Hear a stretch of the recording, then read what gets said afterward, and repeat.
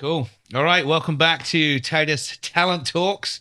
This is a fun podcast where I get to sit with fun, interesting, intriguing people, some that I've had the privilege of working closely with, would call friends, or people who I'm beginning friendship with, and talking about things of life, things of people, how to honor people, how to find right places for people. A lot of people who are in business and have the privilege of serving and leading people well. So I want to welcome my new friend, as of like, seems really fresh, sitting here with me today, Bob Norman. Had the privilege of calling Bob and the company that he's with a partner of Titus's for a number of years. But I'm sitting here right now with Bob Norman. Welcome to the show. Thanks. Good to have you here. So right before we were just nattering back and forth. That's an English word right there, Okay. nattering. But just about impact and things that are you're passionate about, and boards and things that you've been on and served in the past. But maybe just give us a little background, because you suddenly mentioned EUA's foundation. Tell us a little about EUA for a start of all. Tell us about just free speak. Tell us a little about your story, and I want to hear about the foundation as well. All right. Well, both of those could be long, but I'll try to keep it on the short side. EUA is an architecture, interior design, and engineering firm. I'll get to that in a minute too. Yeah. When I joined it, it was architecture and interior design. We recently merged with a firm in Green Bay and Atlanta that also had engineers. Oh, I didn't know which that. has been really exciting for us. The firm, formerly known as Performa in Green Bay and Atlanta, was about 50-50 architects and engineers. Okay. And has a really solid foundation of working together in integrated design. So not just to the architectural design side, but also the mechanicals and the electrical and all of that. And they've found over the years that being able to work on those together creates a better design and a more cohesive solution for the client. So that's really exciting for us. I've been at the firm for 26 years in April. I joined. That's a long time. Yeah. I joined 3 or 4 months after I graduated from architecture school in Milwaukee, which was my second degree. But I was fortunate to land at EUA at that time, worked in the architecture side, wannabe architect, got licensed, was an architect and a project manager in our learning environments group that does primarily K-12 work. But at the time, it was also doing lots of public work, including work at Summerfest and work at the Milwaukee County Zoo. And one of my first projects was working on stair drawings and stair railing drawings for Miller Park. And so that was a really exciting variety of work for me. And then about 10 years into working at EUA, a little bit by circumstance and a little by design, I ended up shifting into the people side of the firm. Yeah. I would not have been pursuing anything in the HR realm anywhere else, or frankly, it had not entered my mind. I was involved in interviewing new people coming to the firm. I was involved in professional development activities of various types. I had taught as an adjunct professor at UWM in the architecture school. So I had a passion for helping others grow. Yeah. And the short-ish story is that as we were looking to replace our HR generalist who was leaving to have a baby and not planning to return to work, we decided to look at that role in a more strategic way and not have it just be administrative HR. And as we defined it, I stuck my hand up and I said, that sounds like a really great place to explore. Would you let me do that? I think there was also a little bit of, hey, that might be something worth exploring. And we put together a plan to move in that direction with full support of people who had done various aspects of HR before, because I didn't know anything about benefits. I didn't know anything about compliance and all of those types of things when I started, but there were people there that did. Yeah. And so as I learned those components, I always had the backup of going back to architecture, but now it's been longer in that role than than the previous If role. I really screw this up and I get sued, then I'll just go back into project management. I love what I do because I'm still highly involved in architecture all day long, but just from a very different perspective. It's really fascinating to shift that, which I would see is quite dramatic, but obviously metaphorically there's a lot of crossover as well. Like when you get into design and architecture, I mean, that's essentially when you mention going from kind of more of administrative function of HR to the strategic side, it is a lot of design, isn't it? It's a lot of kind of figuring out how things work, how they work well together, how they function. And so is there anybody, this could be exposing. Was there anybody at the time who was just like, what the heck? No, dude, you cannot do that. That's bizarre. That's a really good question. I can't recall anyone that said no. Yeah.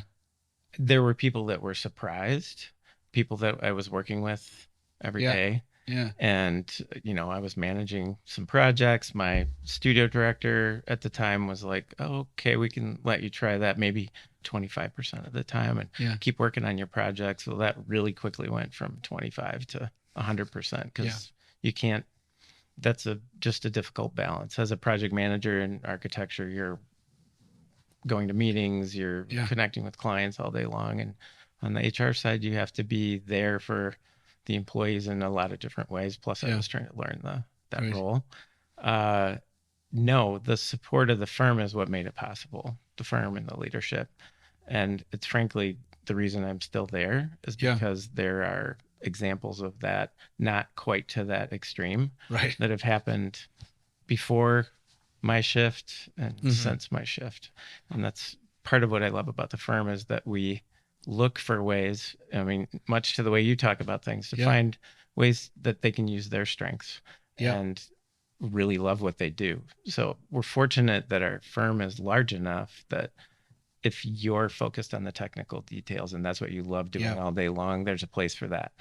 There's a place for someone who wants to do a little bit of management and design, or management and the technical side of things. So that's what I enjoy sort of putting the pieces together with. So. Okay. I mean, so many questions here, how you use those design architectural skills, like the actual stuff that you learned or you went to school for originally. What is that? Do you get to play around with that and like, hey, I'm actually going to apply all these principles to the people strategy here? I'd just love to, hear about that if you really get to use those things. I would say one of the things that I enjoyed the most about being a project manager in architecture was the project manager at EUA, and we found that title can be very different wherever you go. But at EUA, that role works with the client quite a bit. The design team, they're really driving the success of the project. It's the designer is not responsible for the success of the project. Of course, they're responsible for a good design and something that's helping with the client's vision, but the project manager is responsible for the overall success of the project. Yeah. And so what I loved doing in the project management side was listening to the client's vision and what their purpose was and what they wanted to achieve, and then being able to translate that in discussion with the designers and the others working on the project. We have a philosophy of having many of our team members get to know the clients, understand their purpose and vision and what they're trying to do. So it's not like I'm the only person talking to the client. I come back and regurgitate that to the team. They're already hearing that too, but being the person that can listen to all sides of it. Yeah. And that is one of the strengths, skills, whatever, that I feel like I've taken to the HR role. Yeah. Which is being able to, let's say there's a conflict on a team, being able to listen to all aspects of it from a neutral fashion and hearing what the end goal is for each person or the team, or what do we need to do to steer a relationship, things like that. So I would say that it doesn't sound like a a design thing, but Yeah. it's definitely part of the process. No, And totally. So, all right, I mean, I love that. What about when you look at into what design and future of where EUA is going? I think the fact that you're sitting at the executive level, you're getting to be in the strategic and really help design the people strategy there. What's some of the things that you think that you're like really proud of that EUA does well when it comes to people development, people strategy, people engagement, retention? That you're like, hey, this is my superpower, or this is our superpower. Because I know we can't all do it all, and we all want to be this amazing thing. But I mean, there's all the stuff we're like really trying to work on. But where do you guys shine? I think the thing that I go to when I hear that question is the focus on the individual.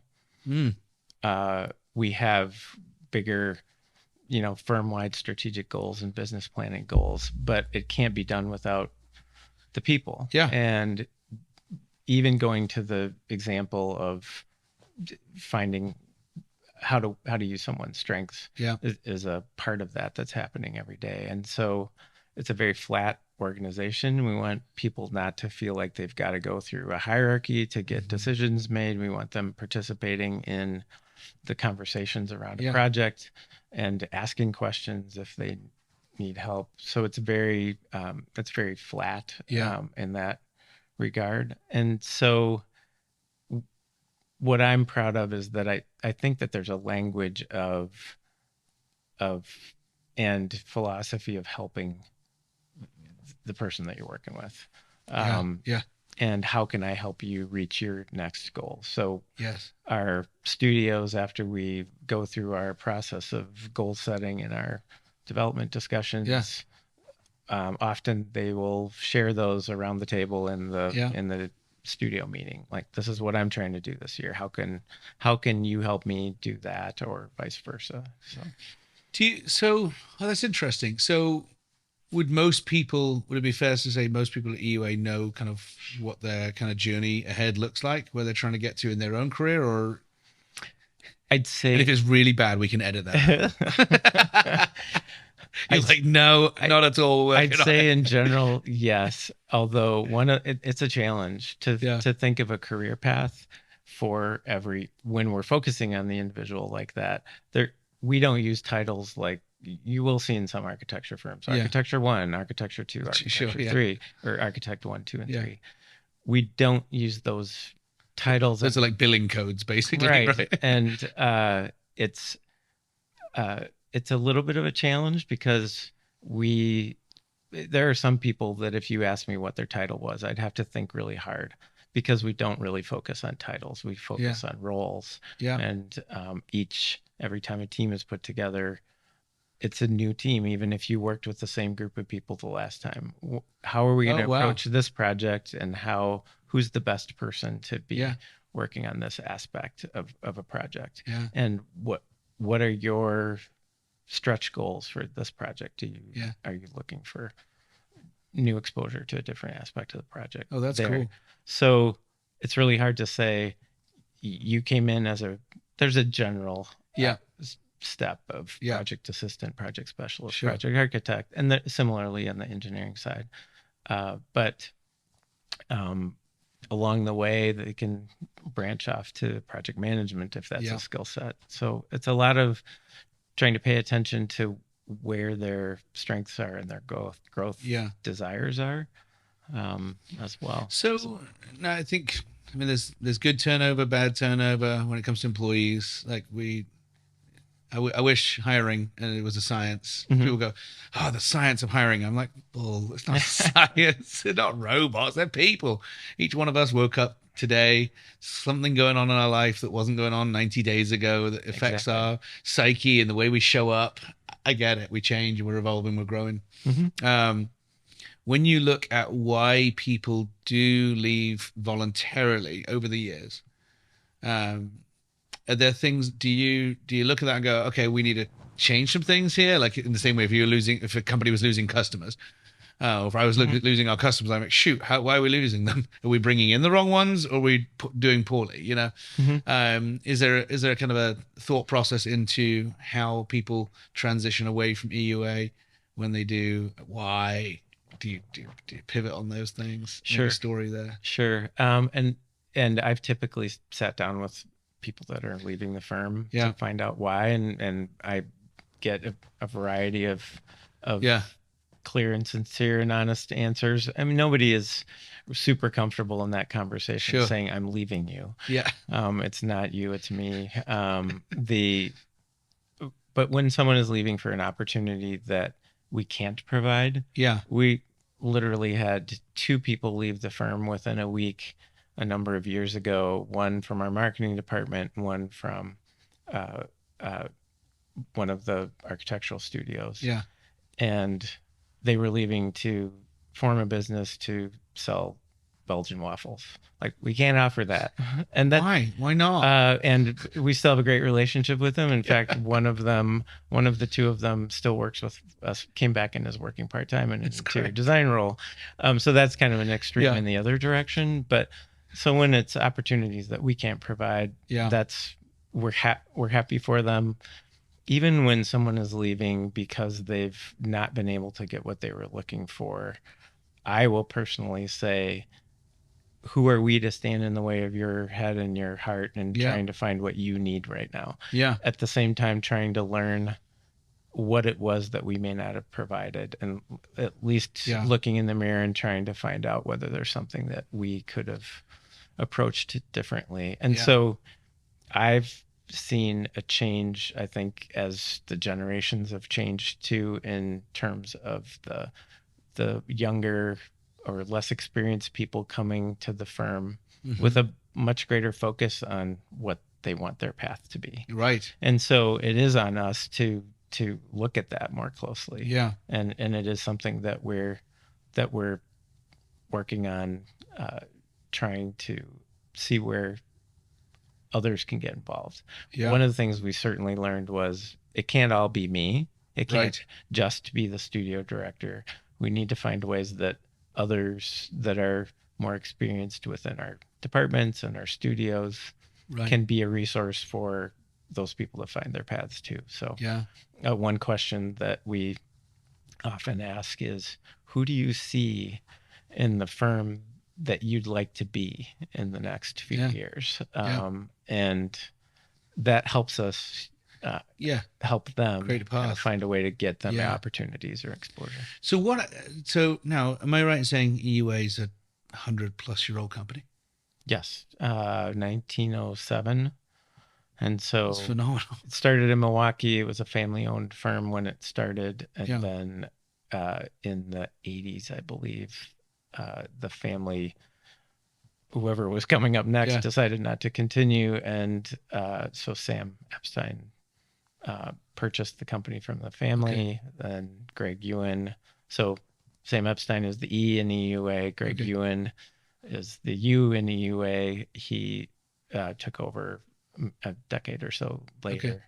And so, it's been going for quite a while. And up until the early 2000s, all in Milwaukee. And then we looked for a firm with, well, I guess I should say first, we organically grew into the Madison area, doing a lot of projects there and traveling to do it. It made sense to build an office there, and then sought out a way to grow without changing our values and our culture.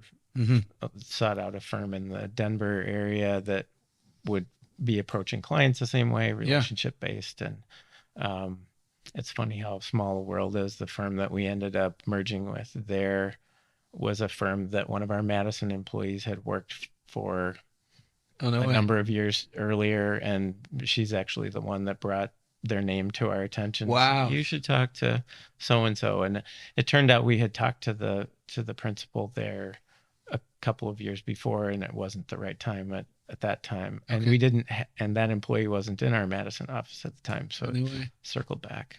So you merger acquisition deal that happened with a company in Denver, one in the Green Bay and Atlanta. So you had some some growth. Yeah. How many employees? So we have about 265 employees 265. now. Okay. 160 in Milwaukee, and then roughly 30-ish. So I'm thinking, okay, you got a legacy of 100+ year history. You've gone through different generations and generational viewpoints on work, the way we work, how we work, manager, employee relationships. Mm-hmm. I mean, we've shifted a lot now, sitting with 4 generations in the workforce, and you've got a flat organization, or fairly flat. What happens when someone's like, I want to climb the ladder?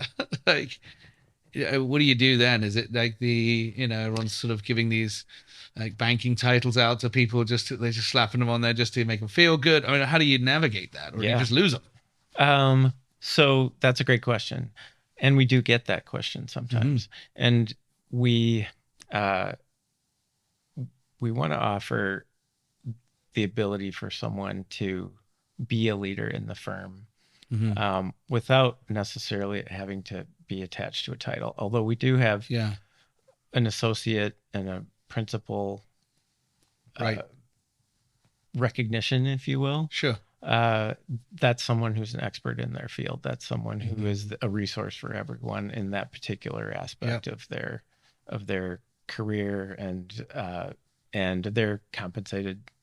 Sure. There's a compensation adjustment there. There's more, there's other opportunity to take leadership within the firm. Yeah.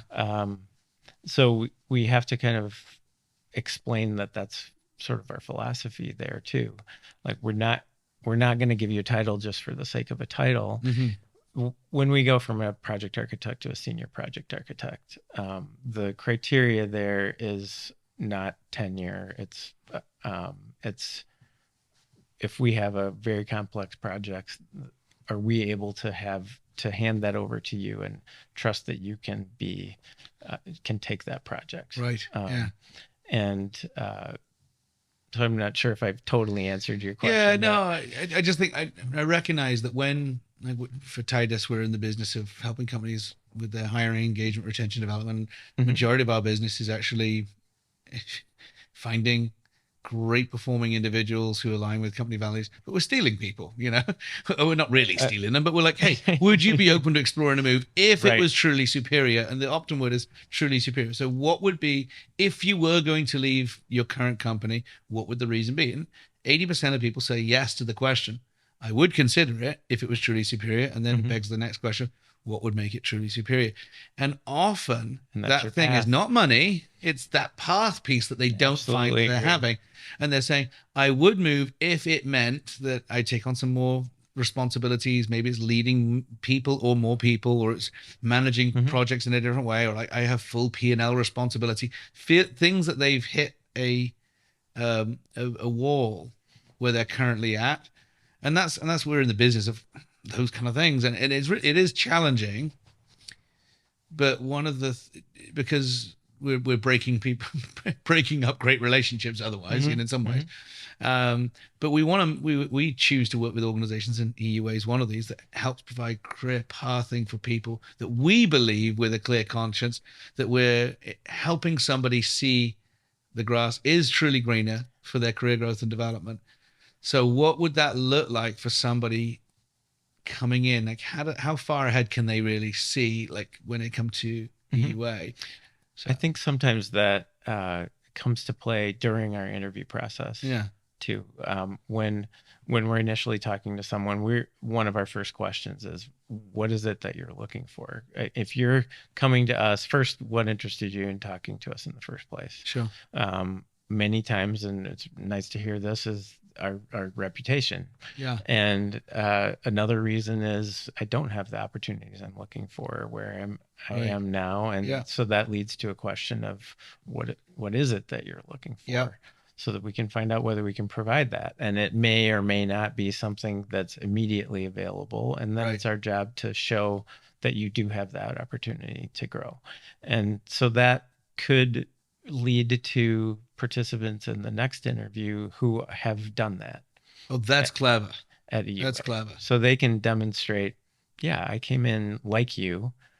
I wanted to do this. I was just in an interview a couple of weeks ago with a senior interior design candidate, and with two senior interior designers in the firm that were explaining their path at EUA, and one of them used the phrase "choose your own adventure," like, Oh, that's cool. And said that's legitimately what you can do at EUA as long as there are needs for it. Right. You can do that once you're here. But if there's something that you have specifically in mind, then we're absolutely going to look for that as an opportunity. Yeah. We're growing. We understand the industry is changing. We understand that our approach to projects is going to need to continue to evolve to meet clients' needs. Yeah. And so I think it's really good. I mean, I was sort of in my notes kind of write down. We don't do that, and I'm like, we're like, this is all we do. We don't do architecture. We do people strategy and design. Yeah. And we don't do that. And I'm like, I'm writing that down as a mental note. That's a cool idea. If somebody says in their first round interview, this is what my career path, if I was going to make a move to join this company, these would be the reasons why over the next 3 years, I'd like to grow in these areas. I don't think we actually do bring in those people to talk about that path. And I think what a great way from a talent attraction.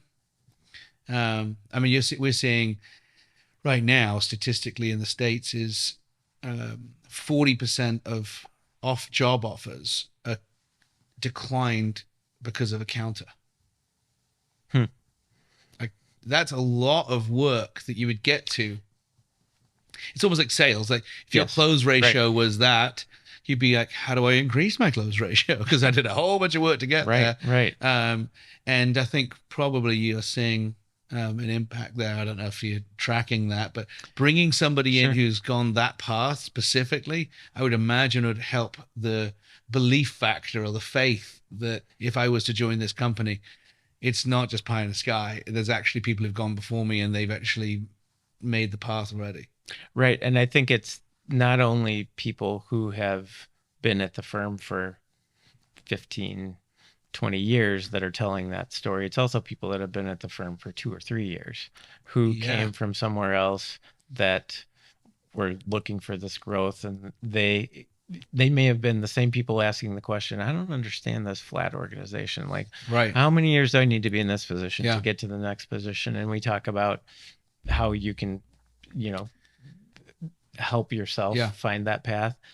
So someone that's been there for a couple of years that had those same questions might be the other avenue of showing, yes, once you get here, you'll understand. It's like telling someone that doesn't have children what it's like to have children. Once you've had children, you get it. And so it's a little bit of a challenge that way because it is a little bit squishy at EUA, and we totally admit that, but it's squishy with a purpose, if that makes sense. It's like your tagline. We're hiring squishy with a purpose, EUA. And that's my daily challenge. And then not just mine, our leaders too. Because I think everybody, to a great extent, understands that and wants that to be the culture and the way things work. I think it's beautiful. I think one of those challenges that we faced at Titus is because we grow around 50% a year. I mean, that's good growth for a small company. We're not in the tech space. That's not our primary deal. We're built on people. That's our resource. So seeing us grow that much, there are certain roles where here are the traditional paths where you kind of grow here and develop you here. But then there are other roles where, and we're sitting here right here in this podcast studio. A year ago, we weren't doing this. Right. So we hired a team of people, which if I looked around the room, they're here. And what does their career path look like? Well, I don't know. Like, what are we going to do? So we're establishing a creative department because we want to tell stories of meaningful things that we're doing, meaningful things our clients are doing. We launched a podcast. So all these things, but we don't really, no one's actually been before. So there is this pioneering component for a number of roles in our company.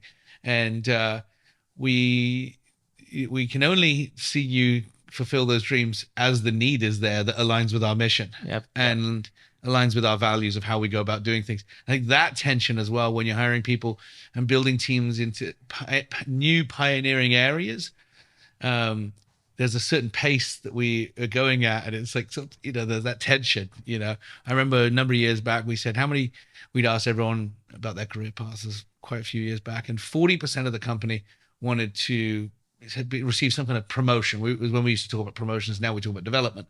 But we sort of title changes. And I'm like, okay, we have to grow at least 40% then. And so if we're going to set the budget at 40% bigger, not just like we grew that much, we're actually setting the budget at that. It caused so much anxiety and stress because people are like, oh my gosh, we have to grow that much. I'm like, yep, if you all want to get what you want, that's what we require. And so it's like, this is interesting tension and balance. And I'm wondering how you do that with creative, because you've got a lot of creative folk on your team. So yeah, it can't be an open checkbook. Right. I can't recall who coined it first, whether it was Sam or Greg, and so apologies if you're listening to this, but it's a business that happens to do architecture. So we have to have the business focus as well, or we can't grow. We can't support the other things that we're exploring. So that has to be in place too. So we do take a lot of time to explore.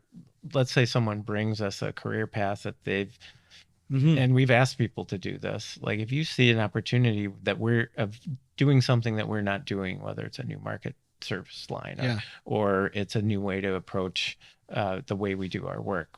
We've got someone that's now focused on the visualization side of creating renderings and things like that. That wasn't necessarily a position, a while back. Those types of things. But we vet it out. We look at whether we have the need, things like that. It is a creative industry, and so it's a little more subjective than objective when we're looking at career paths. A little less so on the engineering side, which actually is exciting to me to have. It's not a bad tension, it's a good tension. Now when I go to interview engineers, I'm not quite as much in my comfort zone when I'm talking engineer speak. And I let our other people get involved in that. But it is a subjective field, and so it isn't quite as easy to define those paths. But I'll give you another example. So we don't always have every opportunity that someone wants to consider, and in our administrative group, for instance, there's less opportunity to continue to grow. There's only so many positions in marketing or accounting, or what do you say? How do you create a growth path there? One of the things that we did a number of years back was the person that was at our front desk at that time, the title was receptionist. We've shifted that to EUA ambassador and very intentionally changed the name to that. We see them as the interface between our employees and the people coming in the door and our clients. And in order to make that something that we didn't have a turnover on, we looked for ways that they could get involved beyond sitting at the front desk, taking packages and answering phones. So they still do all of that. We still have that need. So I'm a little less in some regards. The phone systems work differently now, and so we have backup across the firm without having to have someone physically. So for that position, you then gave you came up with some other impactful things that they could do that would impact in a broader way in the organization. So and we asked them to observe what they saw going on and let us know where they felt they could participate. So we've had two people that were in that role that have moved on to other positions in the firm. Interesting. One became a project administrator supporting project managers. They had a previous experience in doing some management of things and saw where they could use it there. And then we have another individual that just shifted from the ambassador role to a knowledge specialist role. They were interested in our knowledge sharing and knowledge management capacity, got involved, explored it with the person that manages that, and they're now a full member of that team, and we've brought on someone else that's now getting involved with our intern program. And so being able to contribute to the firm beyond the what you would I think typically. that is when you talk about asking them how they felt they could make a bigger impact in the organization from what their observation. I think that's huge because a lot of individuals in companies right now see things and they don't feel that anyone's asking them what they see. The little people in the sense of, do you know what I'm saying? It's got the people who are may feel like, yeah, I'm just doing this. In your example, a receptionist. Can I go anywhere else in this organization? Well, what if I observe? I mean, I see a heck of a lot here. Everyone who comes through the door, I see where they're going, what they're doing, and I think there's opportunity to make an impact. I think that's great. Asking people how they can make a bigger impact, but also just that sense of considering making room for people. It's not just asking them like, okay, then now let's add in some other pieces to your role. People are willing to go above and beyond. Mm-hmm. They're willing to take on more. They might not see it as you're taking an advantage of me. Like you're adding more work to my plate. Actually, I would actually like to do that because I want new experiences, and then I can move into other areas with those gained experiences. Mm-hmm. As you just shared, I think that's huge for a lot of companies who seeing they don't want to ask because they don't want to know what the answer would be because it might require them to suddenly do something. Their fear is, well, if I ask them and then they tell me they want to do this and then I've got to provide it for them, so it's best not to ask. And I'm like, and lose them? Right. We'll recruit them for you then. We're going to take them away from you because they're great people who are loyal, who want to go above and beyond, and you've just not even asked them what you think they think, what they could do. So that's right. And again, it's on us too to kind of observe where their strengths are. Right. Too, but I'd say both of those individuals are still with us because they've been able to become a bigger part of the success of the firm. And that's amazing. I think that's a really key component right now, especially the talent shortage that we have. We do have a people shortage problem in the States right now, and say, okay, how do I keep these people engaged and help them have a career path? And for people to say, this is a place I want to go. We found that over 50% of people, when they do make career moves, it's not, I know people say they leave managers. It's actually, I'm leaving for career growth. That's why I'm leaving. I believe that. It's not that there's a problem where I'm at. I actually love where I'm at, but I've hit the end of the road. I don't see what's next, so therefore I'm leaving. Because somebody's either believing me in a different way, or they're actually providing something that I just can't get here because I think the key is no one's talking about it. I think there probably was a career path in many a situation, but nobody talked about it, so they didn't know. Yeah, we've heard that too. I mean, that's something that we have to be accountable for. Right. If that didn't happen. Yeah. That's part of the reason I was talking about our studio directors can't possibly be responsible for the growth of every person that's in their studio. Yeah. If they've got 30 people, as well-intentioned as they are and as great as they are at doing that, they also have other things that that they're responsible for. Totally. And and you talk about people wanting to feel like they are a part of a company that they believe in. Yeah. So we have to live up to those values, but we want them to feel like they want to come to our company every day, and because they're a part of it and because they're contributing to it, and they feel like for lack of a better way of putting it, part of a family of sorts. It's always about the people too. When you say, what are you going to miss the most if you're going somewhere else? It's always the people. And that's what people miss when they're coming to us too. So that's kind of across the board most of the time. So giving, the example of the ambassadors, having them find a way to feel like they're really contributing differently.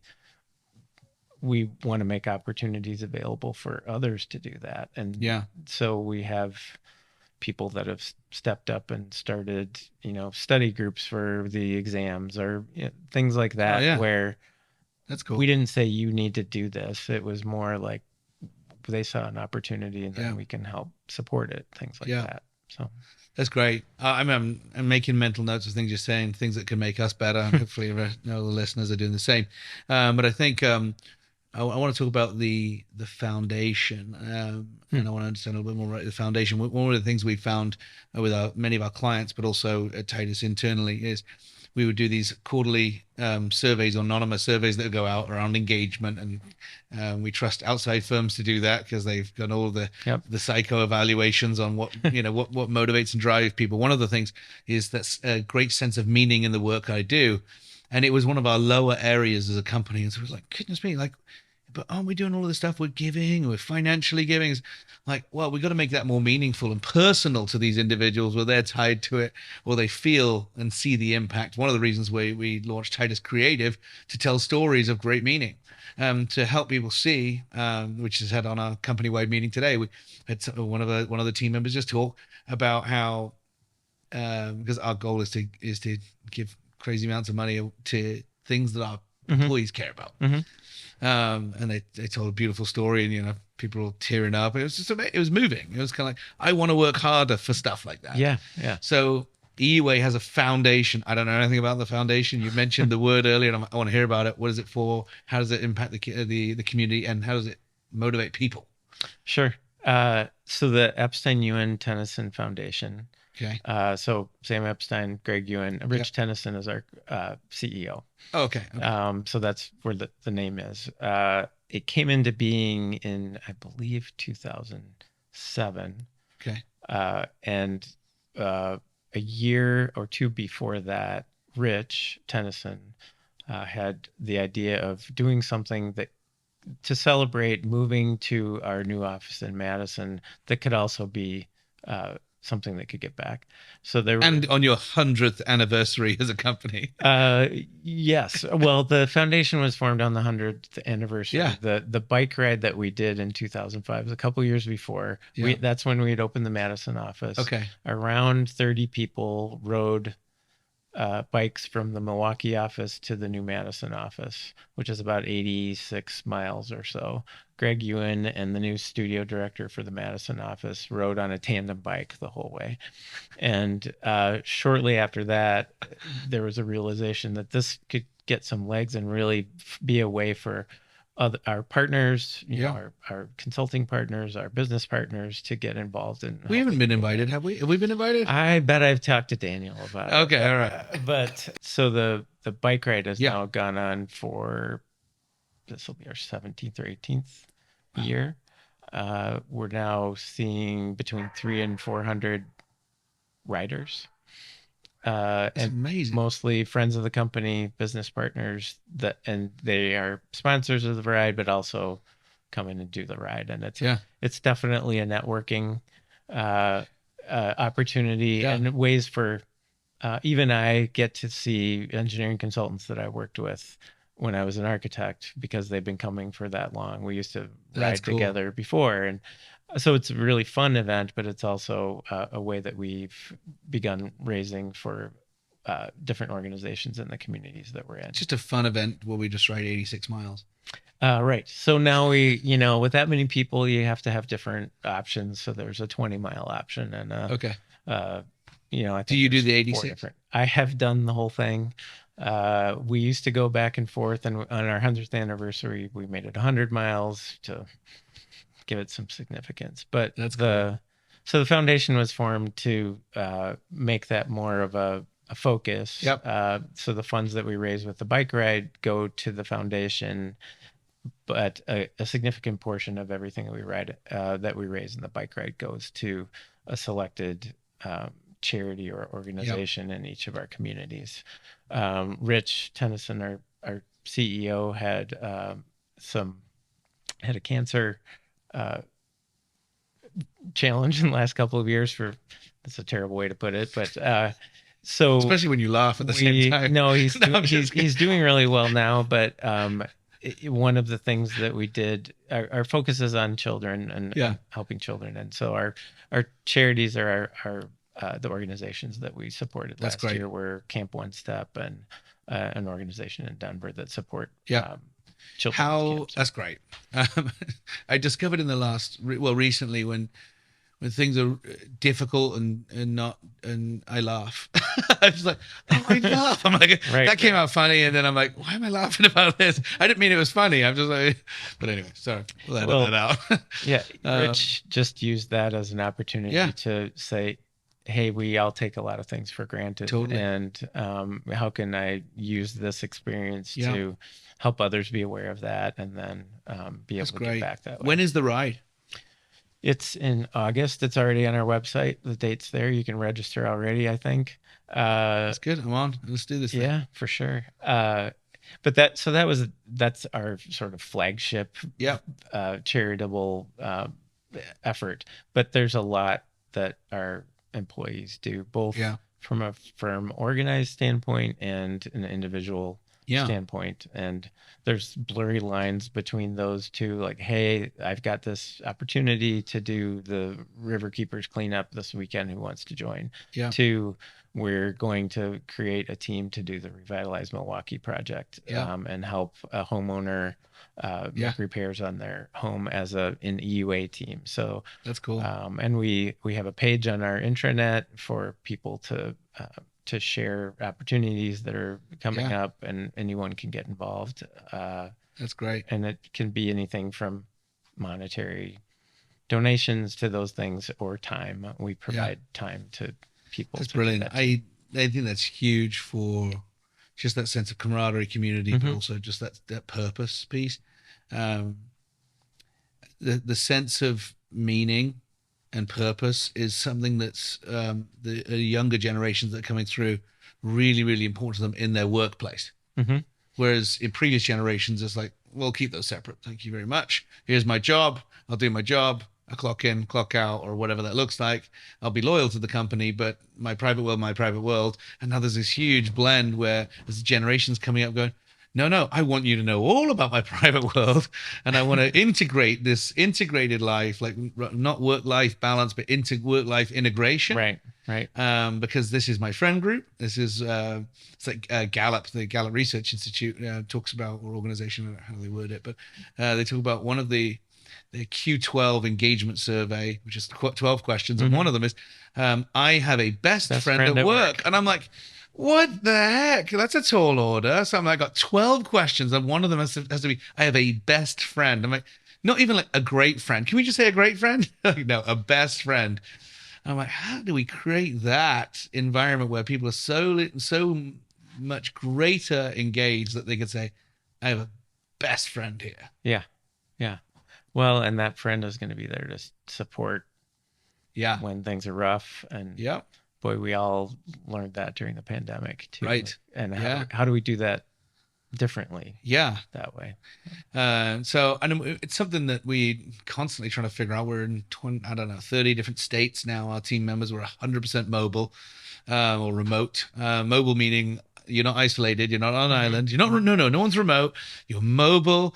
Let us know what you need. Transport yourself, get around, get some time with people. Trying to create that kind of friendship environment.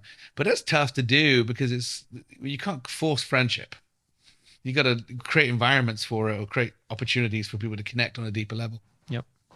Trying to figure that out all the time, how to do a better job of that. Because if people do have a best friend at work, they're less likely to leave. Right. We now with 5 offices around the country, that's a challenge that came to us in a different way when we merged with the firm in Green Bay and Atlanta. Yeah. Before it was 2 offices in Wisconsin and 1 in Denver, and there was a focus on, well, let's make sure that we are, that our Denver office feels included, and it's not easy. When you're that separated, and we're certainly not perfect at everything. We're still learning, and everyone is helping us learn that. When we then went to 5 offices and adding engineering, that used to be kind of 50-50 with the firm that we merged with, and now they're, instead of 20 engineers and 20 architects, and interior designers, it's 20 engineers and 240 other people. So wanting to make sure that there's inclusion on that too. And there's excitement because we're also growing the engineering side of our business and Yeah. creating more of that integrated design process. But there's also, we've tripped over a few things, understanding Yeah. that we need to stay connected in different ways. So, Hey, I love, it's one of the things I love about the people space, that we both share this love and passion for helping people find their place. What's one thing that you're looking forward to this year, is with top of the year 2023, that you're wanting to grow in, wanting to see happen in your life or at EUA? I will tell you, I'm really excited about the team that I work with. I call it the HR team, for Yeah. lack of a better way to put it. We have uh, 3 individuals that are more focused on typical HR aspects of the business, and then the 5 ambassadors that we have across the Yeah. firm. That's that team. Yeah. Over the last year, and especially with the merger, there was a lot that was changing last year. Yeah. With people shifting positions and the merger, there was a lot to figure out, and Yeah. it feels like it's settled out now, and the team is just fantastic and works so well together, which is giving me an opportunity to step back a little bit to Yeah. focus on the individuals and to focus on how to support that in a different way. Yeah. The way that I loved being able to do that before. It was a little bit more in the weeds in the last year, not in a bad way, but I'm really excited about being able to connect with individuals and people this year. I'm really excited about engineering. My first degree was electrical engineering. Sure. Yeah. So then I shifted into architecture because it was more tangible and more meaningful. Yeah. But now to kind of sort of connect all the pieces of life, I'm really excited. See all the stuff in this room that you can't see? I did that. Versus like, Right. oh, no, it's all the design side. Everything's aesthetic. I love it. All right, magic wand. If you had a magic wand in your role and you could fix one thing, what would it be? Misperceptions and assumptions. Because we can't see each other necessarily in different offices or in different situations, and there's a lot going on when an employee or another leader or someone else makes assumptions about what's happening or what's not happening. To be able to shift that mindset to something that one of our leadership coaches, Alita Norris, I don't know if you've ever run into her living as a leader. Living as a leader. Yeah. She imparted a couple of phrases on us a number of years ago that we still use, and lead with curiosity and assume positive intent. And you'll hear that across the firm, but sometimes it doesn't happen. And so if I could wave a magic wand and have everybody start. Who's the worst at EUA? No, I'm just joking. That's interesting. It comes with stress, and that's when it happens most. Is when people are stressed out, and if you can get them to take a breath. But I'd say if more people could start with that mindset. Is that something that you have found in your upbringing, or is it something that you've had to learn? But I mean, where did that come from? I mean, I'm assuming, is that come naturally to you, leading with positive intent? I would definitely say that the leading with positive or assuming positive intent was probably part of my upbringing. The leading with curiosity was something that I think I've learned, but I love. Like if you ask questions, you're going to get so much more out of it than just listening and assuming that that's all there is. I discovered recently, when I ask questions, I ask the question and then I give a couple of options of answers. I'm like, so how are you feeling in your role? Do you sometimes feel this or this? Like, what? Like, here are the only 2 options that I'm going to let you have. Right. People are like, I mean, neither, but I guess that's what you're giving me. So I'll say one of which one's most likely. I'm like, why did I do that? But just, it's almost like putting people in, leading the witness or putting them into a corner. And I'm like, I got to stop that stuff. So I'm becoming more self-aware. I'm working on. I think I have to stop myself from doing that too, leading the answer. And I'll say, okay, I just asked you a question. Now I'm going to actually let you answer instead of continuing to ramble. But back to that positive intent piece. Nobody wants to do a bad job. Nobody wants to torpedo anything. They're just trying to do what they think they need to be doing. Totally. And there may be extraneous things that are involved. Totally. So Totally. I'm taking mental notes. I'm writing some, sort of mentally writing some things down. We're going to change and add to our own internal process at Titus. So thank you for that. great. Thank you for being, tell us your story, being raw. I think just even this thing of positive intent is a challenge for me. I'm a skeptic by nature. I'm like, what is your angle? What's your I always want to know what people's motive is. And I assume like they've got an angle and it's different than mine. And so I'm trying to, so that's a challenge for me, but I'm going to be working on that. But it's great having you here on the show. Thank you. Appreciate the invitation. It's been a pleasure. It's been fun. We're going to, I'm looking forward to seeing where you go this year at EUA, but also I am challenged. I'm going to get on the bike. I'm going to get on that bike ride. You're invited for sure. And if I can't do it, I'll just send somebody else. Yeah, but bring a whole team. Hey, that sounds good. Yeah. Thanks, Bob. It's great seeing you. We'll hit you up online. Cheers. Bye.